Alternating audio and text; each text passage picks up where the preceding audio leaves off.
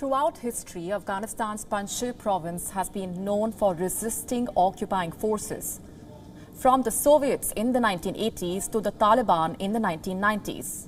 And once again, as the Afghan government forces find themselves overwhelmed by the Taliban terrorists, the Panjshiris are regrouping and arming themselves for when that fateful day arrives.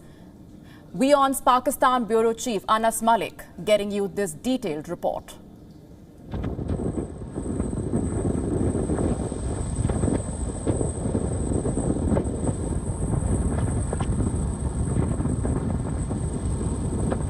Some former Mujahideen warlords who fought beside Panjshiris against the Taliban are promising to revive their militias. The entrance to the city of Panjshir, it is manned by the Afghan army. This area has historically always repulsed the Taliban.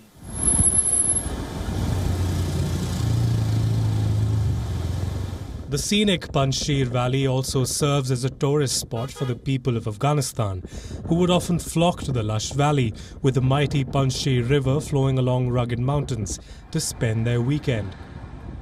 The river that flows right behind me is known as the river of Panjshir. Panjshir, the name literally translates into 5 lions. It is the home to Ahmad Shah Massoud, who is commonly known as the Lion of Panjshir. Panjshir has always resisted oppressive regimes, including that of the Taliban. The Taliban have only dreamt of taking over the entire territory. They've never even been able to take a single district.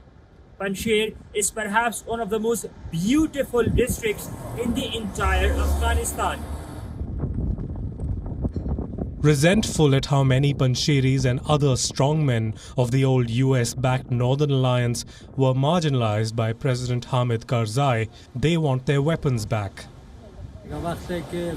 When in the past Taliban had come to Afghanistan, 90% was with them, whereas the 10% was with the government, and that 10% was Panjshir and Kabul. Back then, Panjshir was just another area. Now it's a district. When back then the people of Panjshir stood in front of the Taliban, then why not now? Around Panjshir, the headquarters of the former Northern Alliance, where Ahmad Shah Massoud used to live, hundreds of volunteers have taken up arms to protect their homes. And knowingly or not, the business interests of local warlords and power brokers who are organizing a militia movement. These volunteers are trained at the riverbank of the Panjshir River. Our youngsters are training to fight. We are doing this so that our country can be defended because our leader Ahmad Shah Massoud did the same for his country. All the youngsters are doing this because of their love and commitment to the soil. These recent conflict-ridden weeks have seen local militias spurred by Afghan leaders arming and regrouping, much in the way of how Afghanistan fell into civil war in the 1990s. Sons are being trained by their fathers to fight the Taliban. The way how our elders fought earlier, we the youngsters are now being trained in the same manner to safeguard our country. Since the past 1 month, we are being trained in a military manner, so we are 100% ready to defend our country.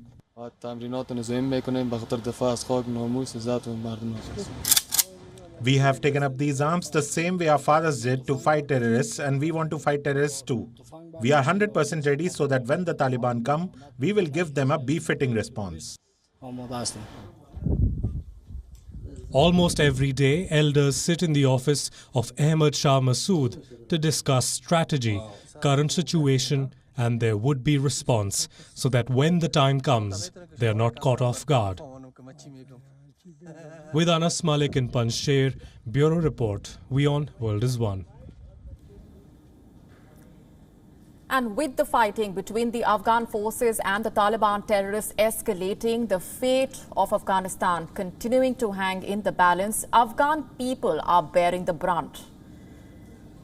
In the latest, at least 40 civilians have been reported dead in just the last 24 hours, according to the United Nations Assistance Mission in Afghanistan. And nearly 118 civilians have been injured as the Taliban continue their assault. The UN body has urged for an immediate end to the fighting in the urban areas. Let's get you up to speed with the situation in Afghanistan and what things are looking like. Several areas are under Taliban control, while several others are giving an intense pushback to the Taliban advances. At present, 3 provincial capitals are under attack: Lashkar, Kandahar and Herat. The fight is intensifying for the capital of Helmand province, Lashkar. Residents of the besieged city have been urged to evacuate as the army prepares for a major offensive against the Taliban terrorists. An intense fight for the control of Lashkar has been underway for 3 days now, mostly near the city's prison and a building housing the headquarters of the Afghan police and the intelligence agencies. In a bid to stem the Taliban advances, American military has intensified airstrikes. Taliban's positions in Lashkar have been pounded by the US and Afghan Air Force planes. Lashkar is a crucial region for Kabul. It is one of the 3 provincial capitals currently under siege. If it falls into the Taliban's hands, it will be the first provincial capital won by the Taliban in the last 5 years and undeniably a big blow to the Ashraf Ghani government. Regional reports suggesting that the Taliban have taken control of a major television broadcast station in Lashkar. Not just that, all media broadcasts have been halted in the southern province as the clashes intensify in the area. It was after the troop withdrawal was announced that the Taliban went on this deadly rampage for power, and the Afghan president has conveyed the sentiment. Clearly, Ashraf Ghani says that he had warned Washington that the withdrawal would have consequences, and that the reason for Afghanistan's current situation is that the decision was taken abruptly. Meanwhile, the US and the UK embassies in Kabul have also slammed the Taliban for committing war crimes. They say in Spin Bolta, Kandahar, the Taliban massacred dozens of civilians in revenge killings. These murders could constitute war crimes. They must be investigated, and those Taliban terrorists or commanders responsible must be held accountable.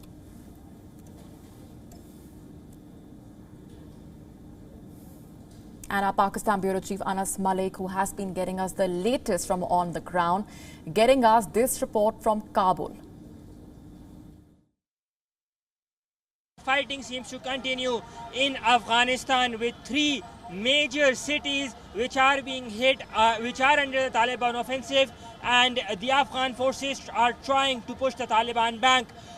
Now, these 3 cities include the Kandahar city, which is the provincial capital of Kandahar, the Herat city, which is the provincial capital of Herat, and the city of Lashkar, which is the provincial capital of Helmand as well. In Helmand, particularly in Lashkar, in the past 3 days, at least 4 TV stations have closed their operations. 14 radio stations have also closed their operations. The Taliban seem to be in control, except for one district of Lashkar. There are reports that, except for that one particular district one, which also houses the police headquarters, the governor house, the NDS headquarters, the rest is under Taliban control. There are airstrikes which we saw. The Taliban have been putting out images where allegedly a university was bombed by airstrikes, by what they claim was a government airstrike. In Herat, we saw airstrikes which led to Taliban being pushed back, but there is no independent confirmation as yet. Government has said that at least 300 plus Taliban fighters who were killed in the past 24 hours, a claim that has been denied by the Afghan Taliban themselves. Anas Malik in Kabul, Afghanistan for WION, World is One. WION now available in your country. Download the app now. Get all the news on the move.